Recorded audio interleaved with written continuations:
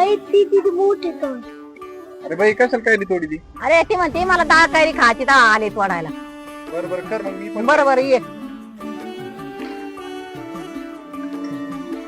डाळ कैरीचं वाटण आपण पाटे वाटून घेऊ.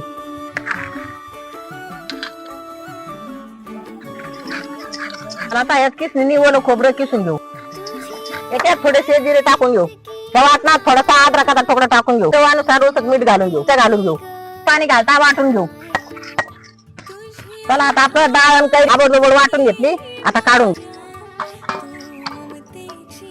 तूर पेटून घेतली आणि मोहरी आणि हिंग याची फोडणी देऊन घ्यायची. जिरे टाकून घेऊ. आता मोहरी आणि हिंग टाकून घेऊ. आता फोडणी आपण वाटणं टाकून घेऊ. थोडी कैरी आंबट आहे म्हणून साखर टाकून घेऊ.